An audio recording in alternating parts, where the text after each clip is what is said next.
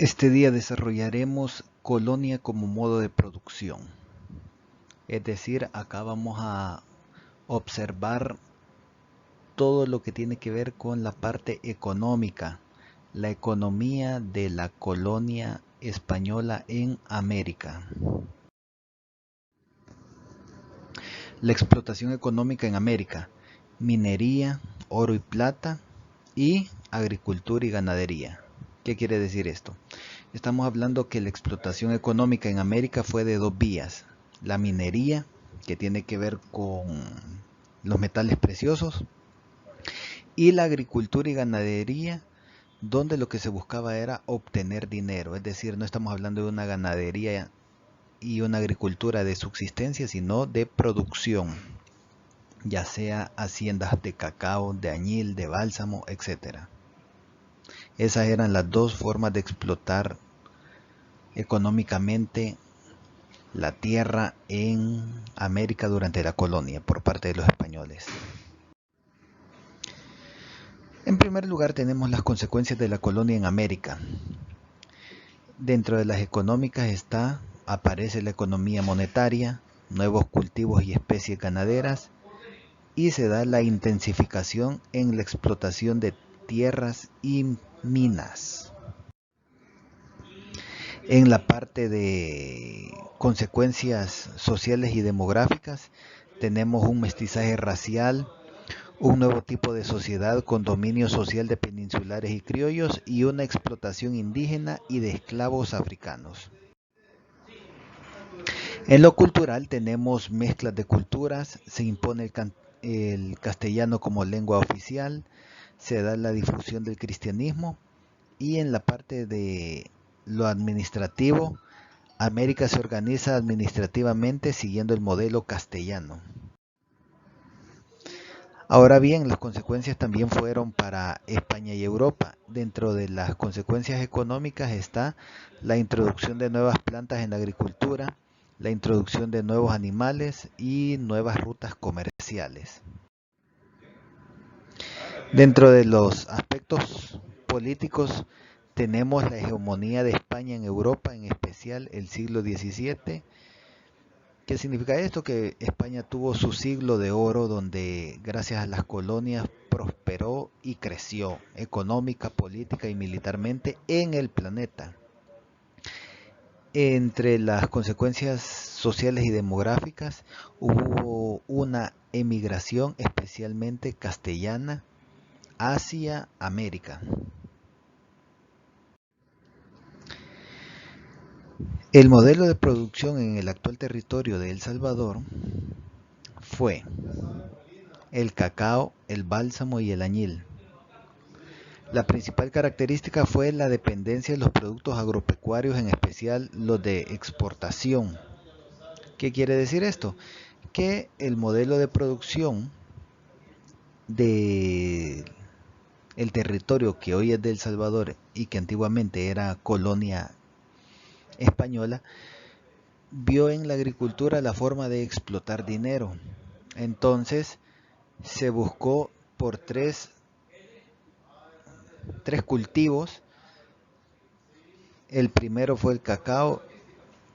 Cuando cayó el cacao fue el bálsamo, cayó el bálsamo, siguió el añil, y después cayó el añil, pero ya fue en la época del Salvador independiente cuando inició el café, que ese es otro tema.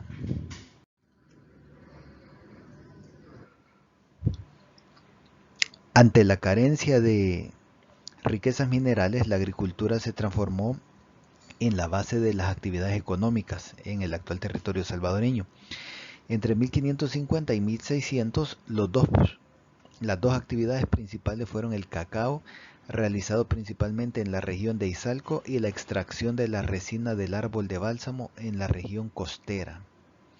En el siglo XVII, la siembra de cacao decayó y fue sustituida por el cultivo de añil.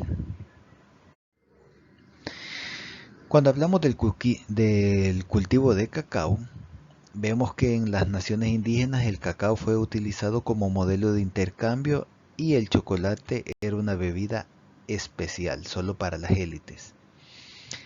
el consumo del chocolate se extendió por Europa, convirtiendo al cacao en un producto comercial invaluable para los españoles. A pesar del auge que tuvo el cacao, para 1585 la producción decayó por la disminución de la población indígena debido a las enfermedades, provocando la falta de mano de obra. Con lo que respecta al cultivo del bálsamo, tenemos que el bálsamo era utilizado en Europa como medicina y para elaborar perfumes. El proceso de extracción del bálsamo fue realizado por indios y las técnicas de extracción destruían los árboles de bálsamo. Por eso es que el bálsamo nunca se convirtió en un soporte económico.